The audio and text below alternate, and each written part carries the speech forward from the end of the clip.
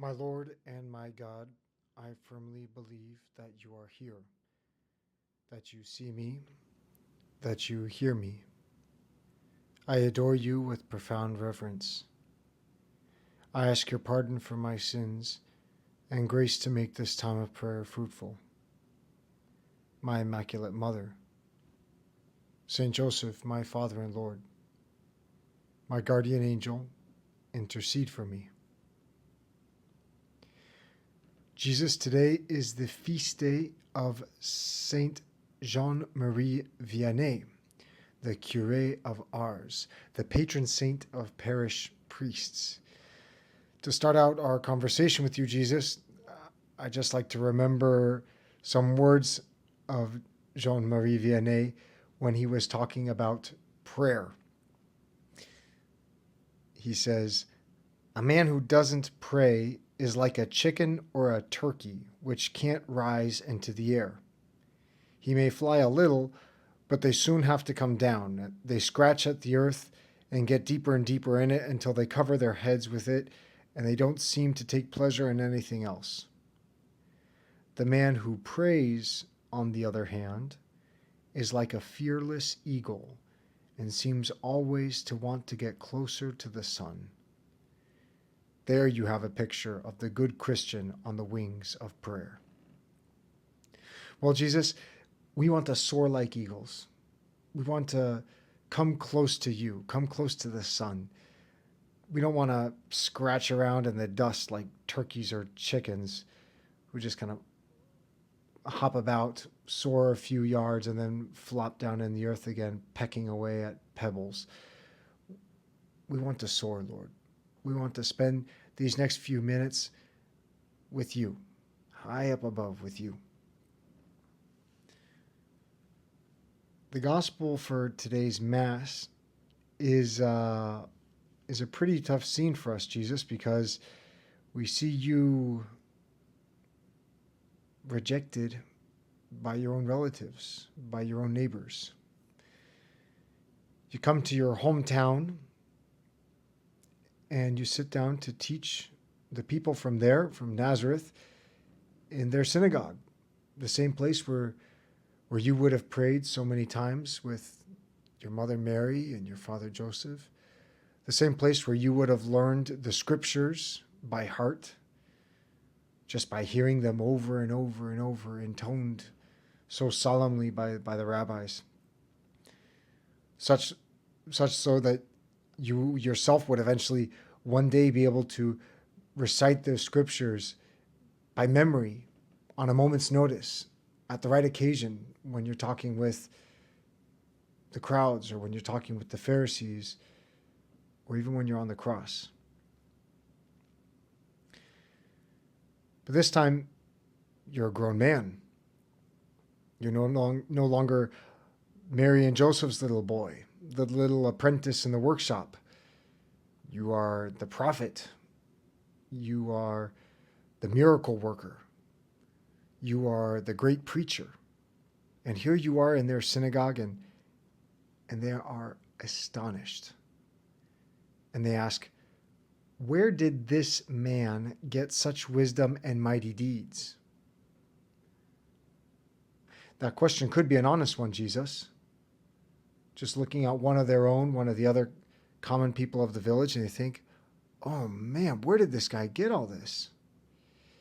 Except that they could have just said, "Where did he or where did Jesus get such wisdom and mighty deeds?" Instead, they use the words, "this man."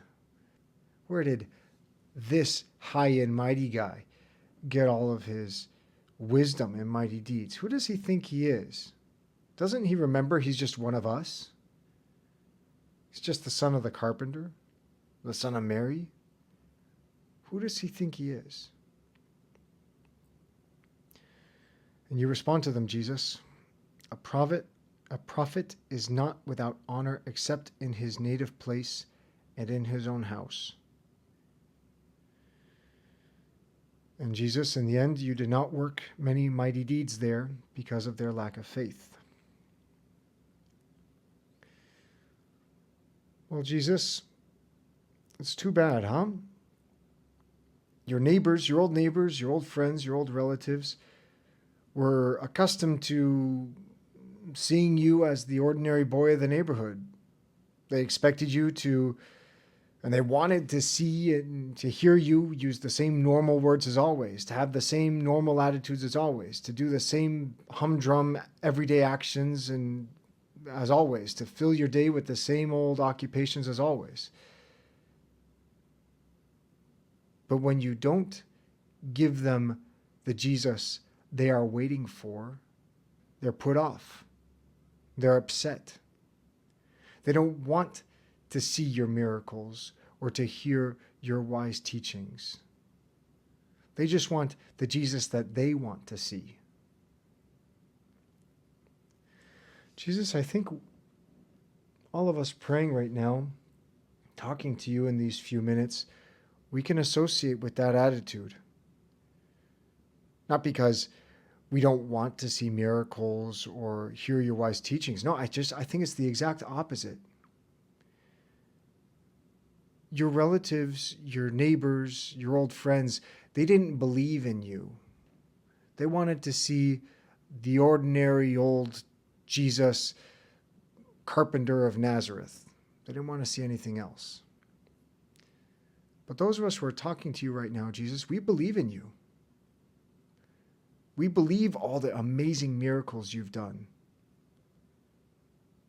We believe that you have raised the daughter of Jairus and the son of the widow of Nain and Lazarus, the brother of Martha and Mary. We believe you have raised them from the dead. We believe you have walked on water. We believe you multiplied the loaves and the fishes. We have savored the Beatitudes, the Sermon on the Mount, your parables. We love to hear your wise teachings. We love to see your mighty deeds. But sometimes, Jesus, we wonder why you don't manifest yourself always like that to us in our day-to-day. We are used to seeing you, imagining you in dramatic, sacred, or solemn circumstances. We expect to see you that way. We want to see you do miracles. We want to hear you tell us deep things, reveal new ideas to us. But then we're upset or put off by the humdrum, normal, everyday, daily interactions with you. That we just put ourselves in front of the tabernacle and silence.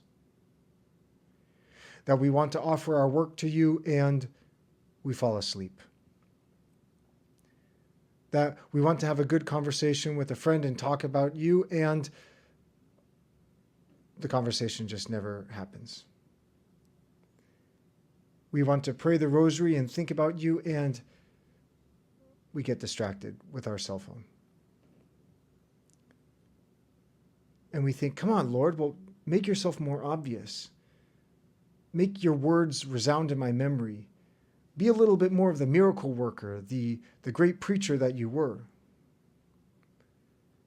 Jesus, we're just like your old neighbors and relatives and friends at that point, because we're not letting you be the Jesus that you are.